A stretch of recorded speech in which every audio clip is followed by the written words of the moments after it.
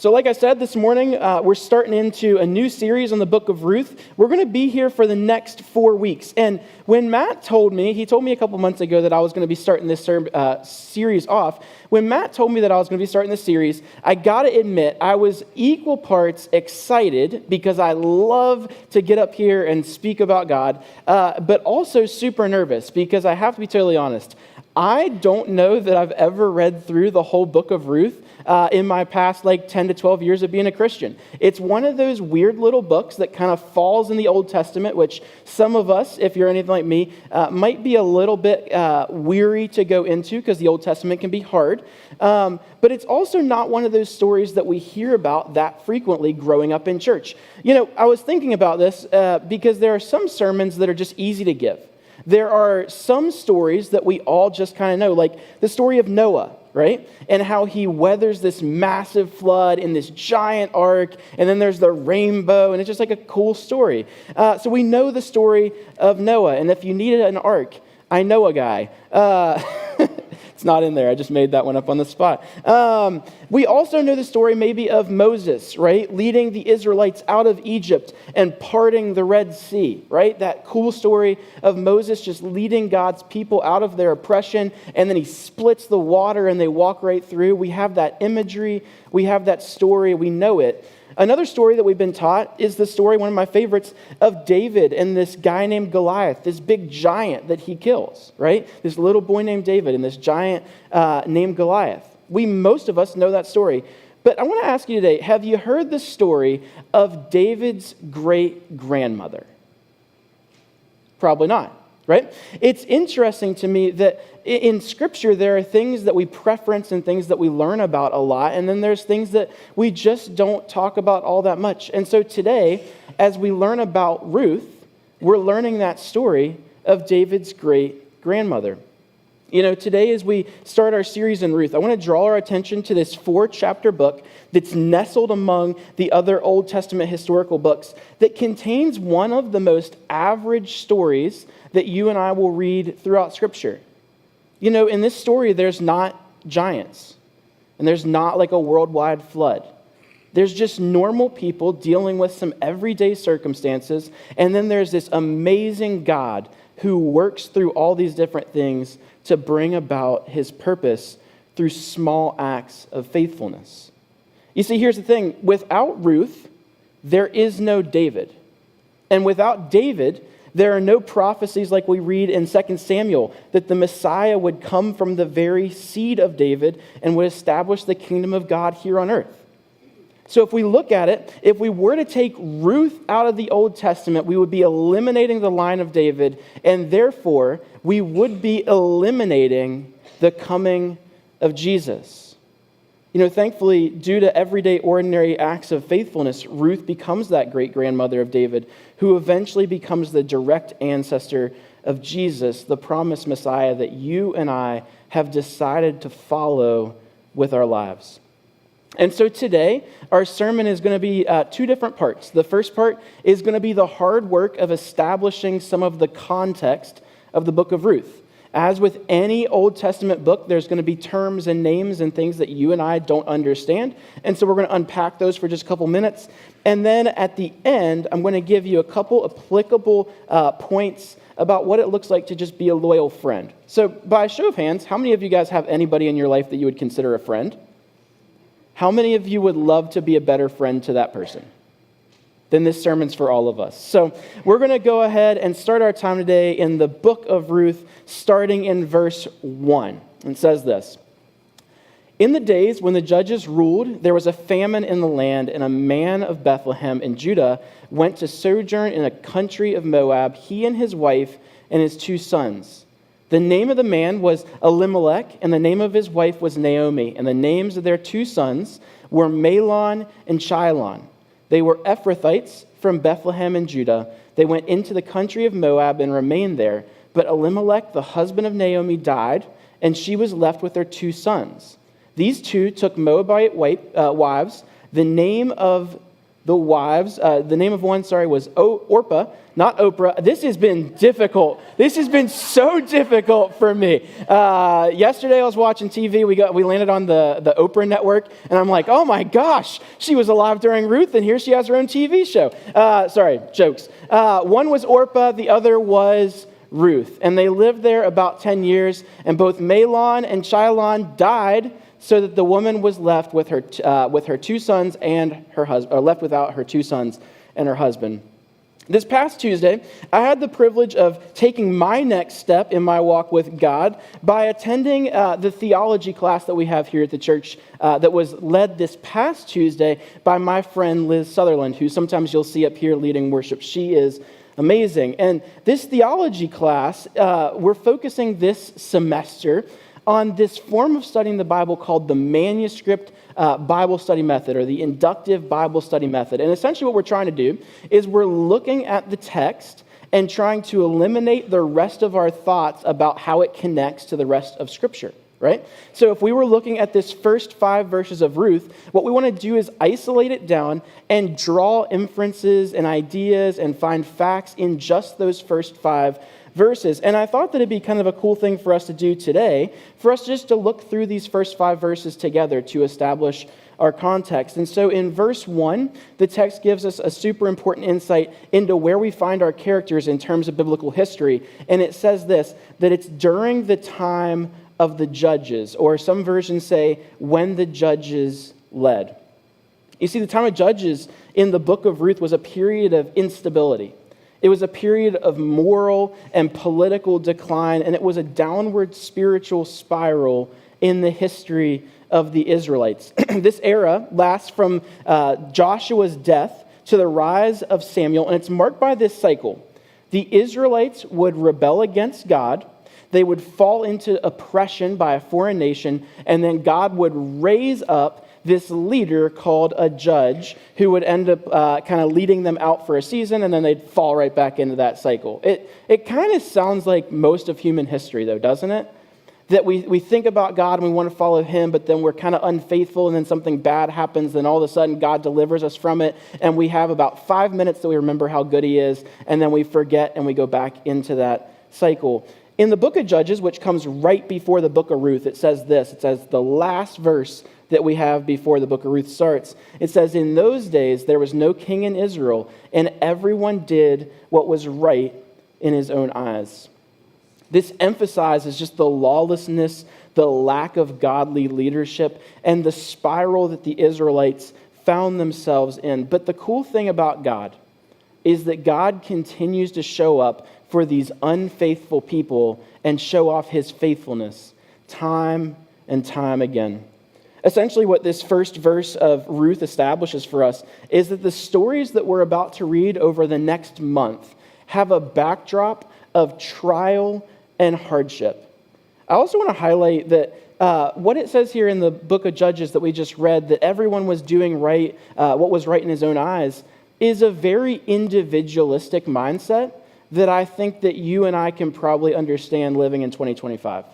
Living in a world where it seems like our allegiance to each other isn't super strong. Living in a world where most people are just focused on their own interests.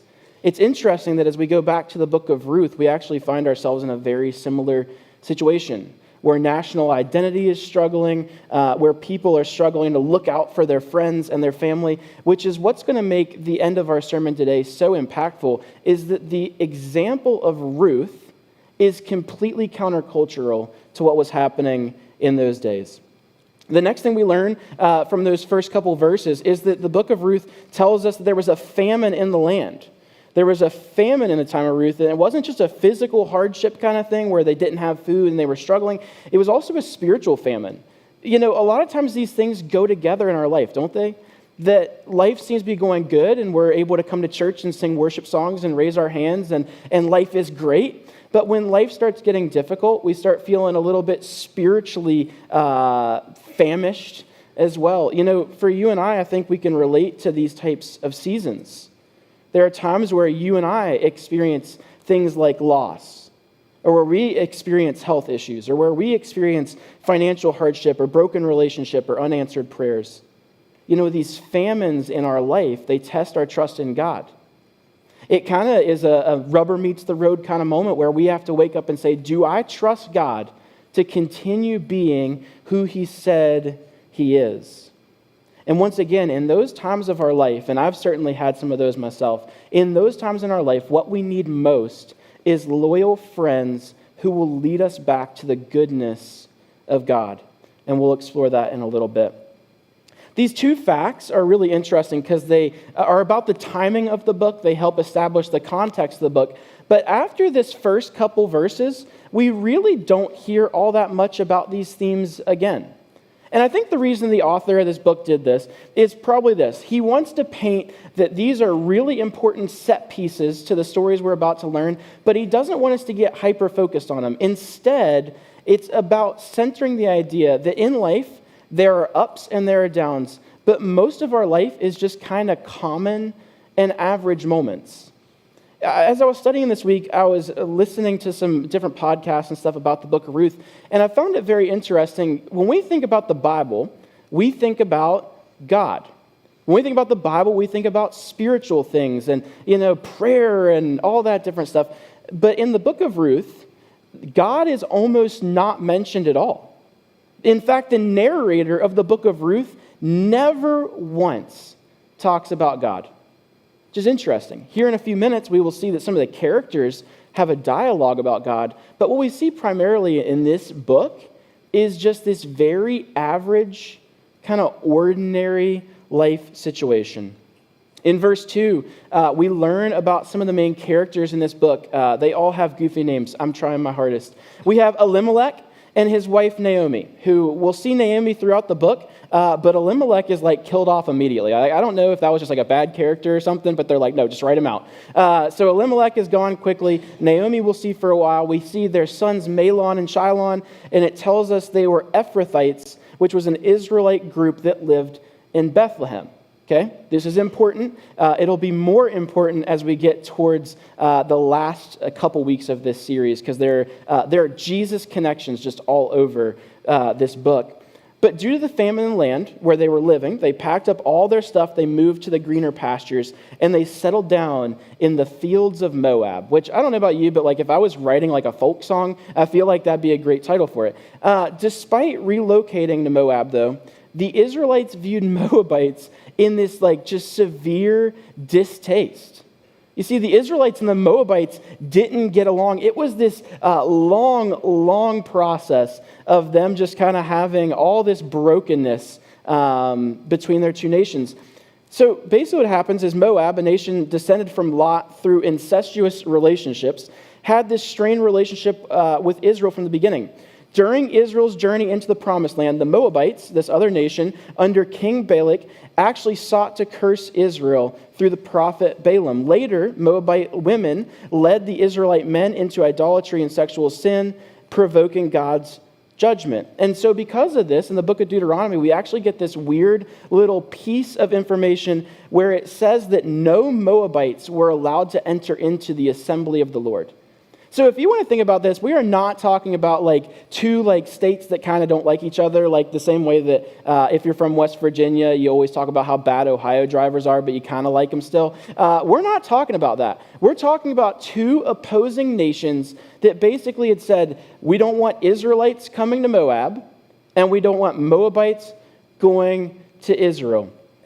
And so what we see here is this just super bleak situation where Naomi and her husband Elimelech take their family into this strange and kind of dangerous land, and they settle down to try to find a better life.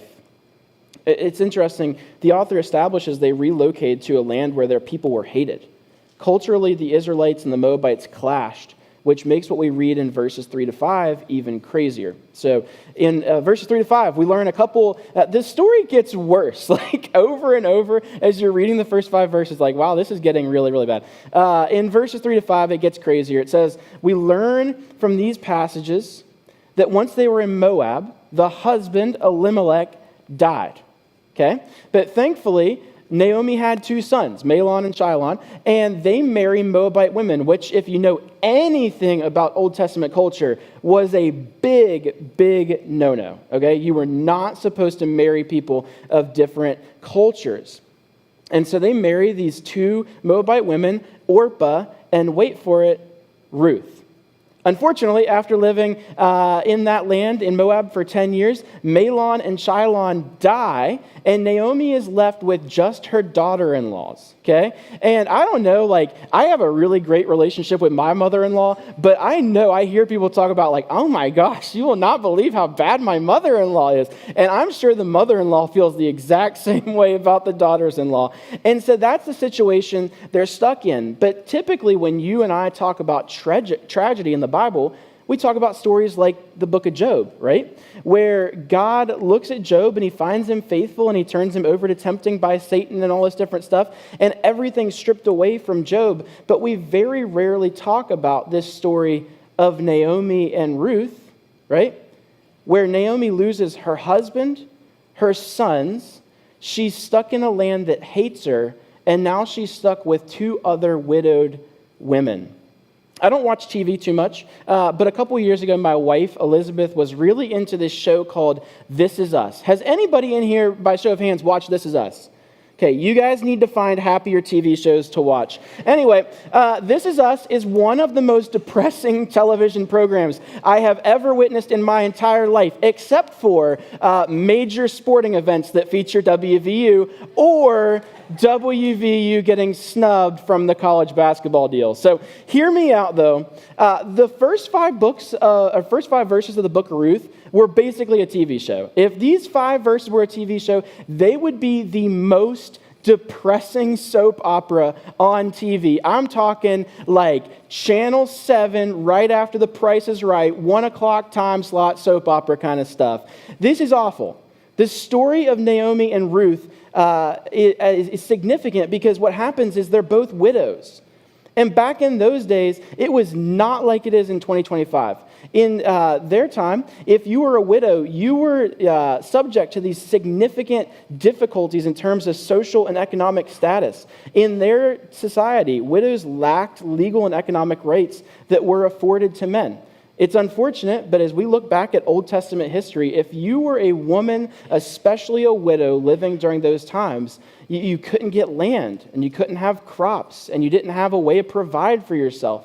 And a lot of times, if you were widowed, you weren't desirable to men anymore. So where we find ourselves is this dire situation where Naomi is not only a widow with 2 other widows, but she's living separated from the rest of her family in this land called Moab. And so all of what we just learned is this backdrop, it's the context, it's the scenery for what we're going to learn for the next month or so about this story of Naomi and Ruth. Like I said, context matters to this story because this book is all about these ordinary little common moments where small acts of faithfulness are used by God. One of my favorite verses in the Bible is this. It says that God works all things together for the good of those who love him. And that's what we see in the book of Ruth. Time and time again, as it seems like the situation is bad, God provides something better. And so our lives are kind of similar to this, right? We have ups and we have downs. We have mountains, we have valleys. And so I think that if we really lean into what we're learning in the book of Ruth, that you and I will be able to resonate with this. That life is not always all good, and life is very rarely all bad, but it lands somewhere in between. And so for the last 10 minutes or so of our sermon today, we're going to be exploring just one major theme that we see appear in the book of Ruth in chapter 1, okay? Now that we have all this context and we understand the time period and the characters and the implications, we're going to see this one principle in Ruth chapter 1 just kind of pop out. And it's going to be this idea of loyal friendships, what it looks like to be the type of friend that someone else needs. And so we're going to go ahead and read in Ruth 1, verses 6 and 7. It says, "Then she arose," that's Naomi, "with her daughters-in-law to return from the country of Moab, for she had heard in the fields of Moab that the Lord had visited his people and given them food." So she set out from the place where she was with her 2 daughters-in-law, and they went on the way to return to land of Judah. So Naomi in this situation does what any reasonable person after losing their husband and their sons would do. Okay? She hears that God has now provided food, the famine is over, and she says, "Thank God, country roads, take me home, back to Bethlehem." And so Naomi packs up all of her stuff, and she decides to go back to Judah. And maybe you wouldn't expect this, but Naomi's not the only one that goes. Interestingly enough, we read that Orpah and Ruth go as well. Here's another one of these cultural things that we need to remember. In the same way that the Israelites viewed the Moabites with this disdain, the Moabites would never have wanted to go to Judah. There was this cultural breakdown that strained those relationships. And so for Orpah and Ruth, who were Moabites, this idea of leaving their homeland now, leaving behind the rest of their family, and going with their mother-in-law back to her home is kind of crazy. In verse 8, it feels like we're watching a really sad TV show. And as I was reading it, I literally, I want you guys to read the Bible like this sometimes. Read it and think about what it would look like if you were watching a major motion picture, right? You can almost imagine the music and the scenery and the angles. But verse 8, it feels like we're watching this super sad TV show. And the scene looks like this. It's Naomi and Orpah and Ruth, and they're walking on this journey from Moab back to Judah, when all of a sudden Naomi has this idea, this thought, and she stops and she starts to think, what is life actually going to look like for Orpah and Ruth? You know, I think there's probably a lot of thoughts going through her head. We actually read a little bit about kind of her emotional disposition here in just a second. But I think some of the thoughts are things like this. Maybe she remembers how she felt the first time she left her home. You know, I've lived geographically in a 5-mile radius my entire life. I cannot imagine how difficult it would be to leave my home. Maybe she's remembering that. Maybe she knows what it feels like to be an outsider.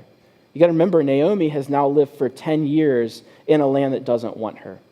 So maybe she knows that. Maybe she understands the implications of being a widow in a place that's disconnected from your family and your friends. Can you imagine what that would be like? Having no way to provide for yourselves, being stuck with just other widows and just saying, okay, we'll go back and figure it out maybe. Or maybe there'll be another famine and we'll die. Or maybe there'll be more political upheaval and we'll get taken over by another nation. The idea of what could happen here is there's a lot of worst case scenario kind of things. And Naomi, I think, starts to think about that. And she starts to take into consideration what life is going to be like for Ruth and Orpah, and that's where we find ourselves in verse 8. This is a long chunk of scripture. I'm going to do my best. So read along with me. It says this: "But Naomi said to her daughters-in-law, 'Go, return each to her mother's house. May the Lord deal kindly with you as you have with the dead and with me. The Lord grant that you may find rest, each of you in the house of her husband.' Then she kissed them, and they lifted up their voices and wept." That's amazing, right? In a world where we so easily disconnect from other humans, to think about this type of connection between a mother-in-law and her daughters-in-law. Amazing. She kissed them, they lifted up their voices, and they wept, and they said to her, No, we will return with you to your people. But Naomi said, "Turn back, my daughters. Why would you go with me? Have I yet sons in my womb that may become your husband? Turn back, my daughters, go your way, for I am too old to have a husband. If I should say I have hope, even if I should have a husband this night and should bear sons, would you therefore wait till they were grown? Would you therefore refrain from marrying? No, my daughters, for it is exceedingly bitter to me for your sake that the hand of the Lord has gone out against me." Then they lifted up their voices and wept again, and Orpah kissed her mother-in-law, but Ruth clung to her. And she said, "See, your sister-in-law has gone back to her people and to her gods. Return after your sister-in-law." It's a really emotional scene, okay? It's Naomi leaving behind now the only 2 people that she has, and essentially telling them, my life sucks, my life is so bad that you would never want to go on this journey back home with me. And when we get there, I don't even know that it'll be better there. Naomi's character is interesting here. She comes out and she literally says, my life is too bitter. Naomi is telling Ruth and Orpah her life is hard, that it stinks, and she is giving them permission to leave so that she can go and suffer alone.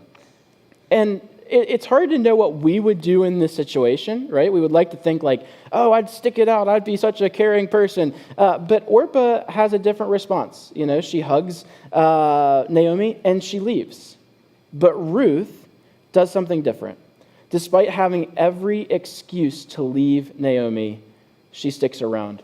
And so for our 3 points today, I may not have written them well, so you'll have it in your mind. But what we're looking at is characteristics of a loyal friend. And so the first point is this, that loyal friends stay when it is easy to leave. Loyal friends stay when it's easy to leave.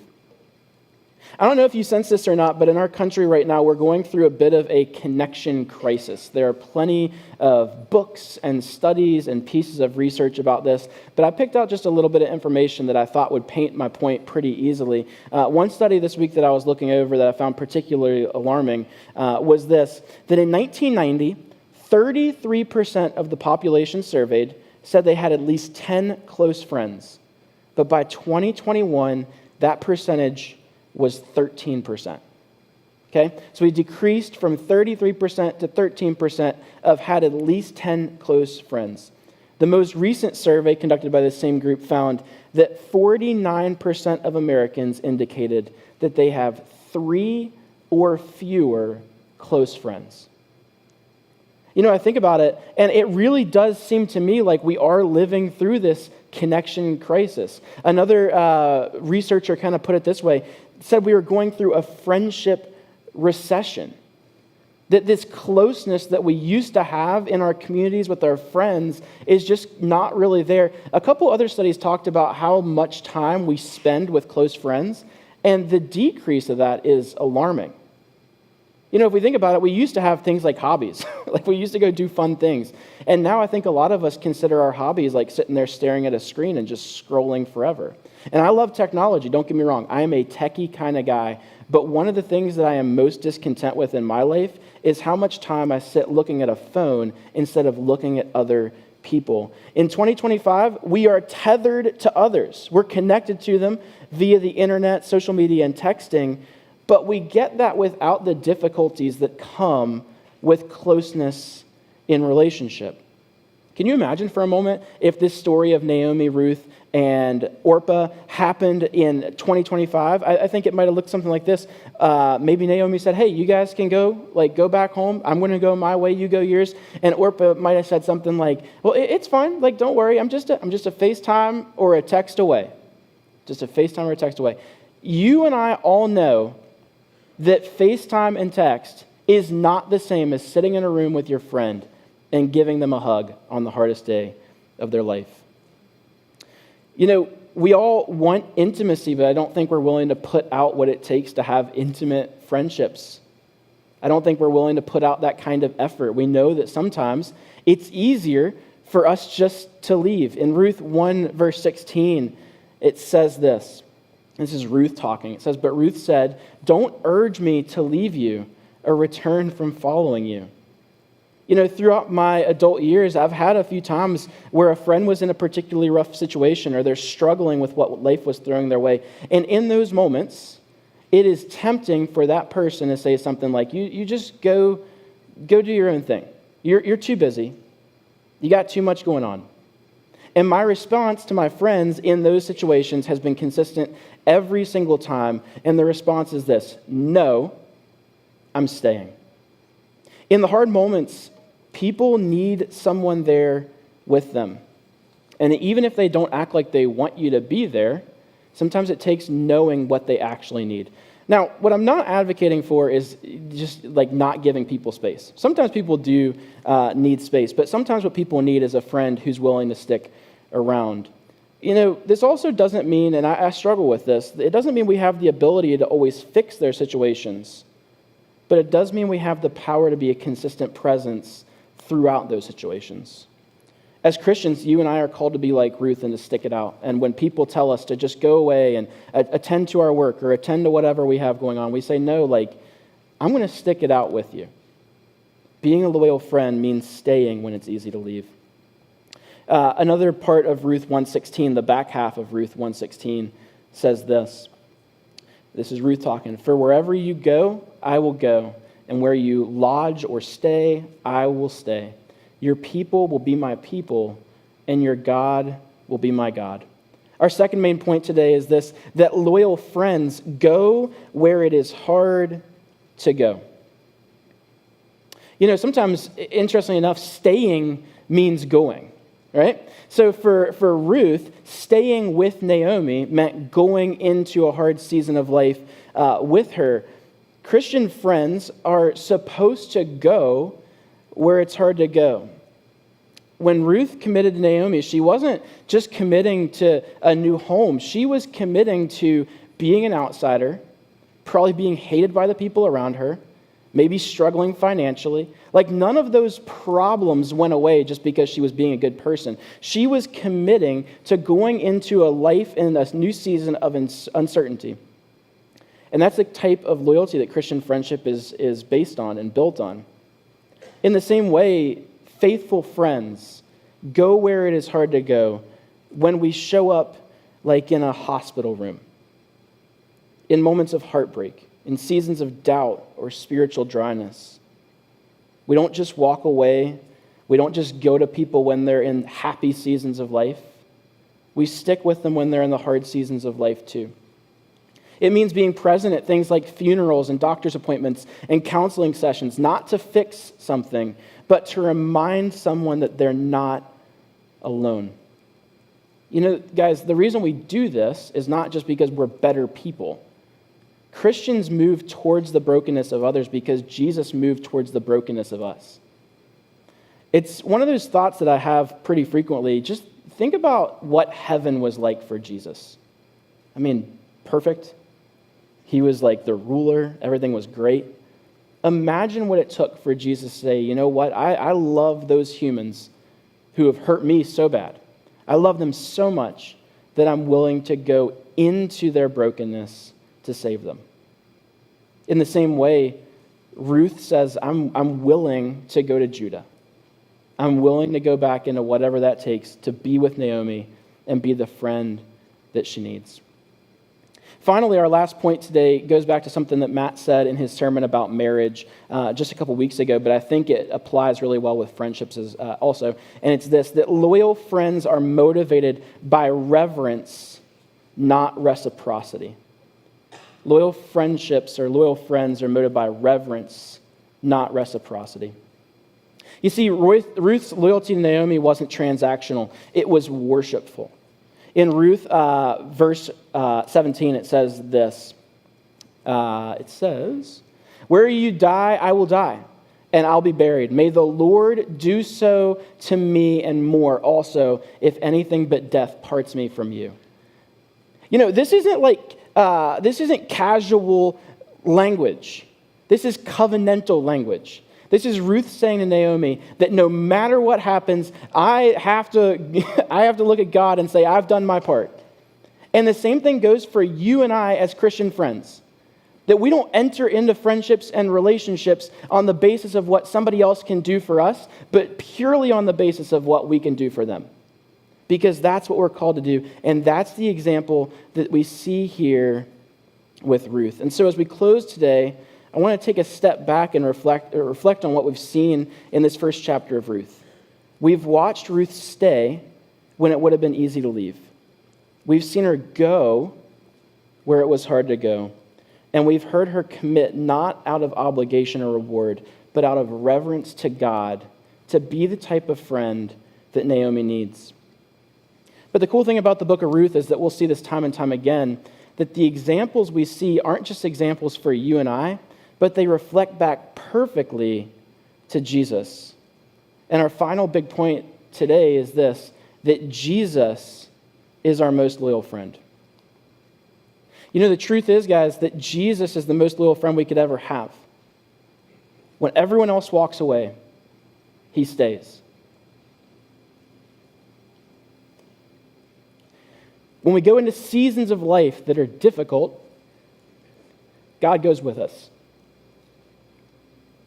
And in some weird way, Jesus does all of this out of reverence to the Father, because he looks at what God has created in you and I, and he says, I love that so much that I am going to be that loyal friend to them. Sometimes he goes with us and he even carries our burdens on his back. He didn't just say, I'll be with you, but he physically came to be with us. And when it meant going somewhere super hard for him, when it meant going to the cross to die the death that you and I deserved, Jesus said, I'm willing to do that.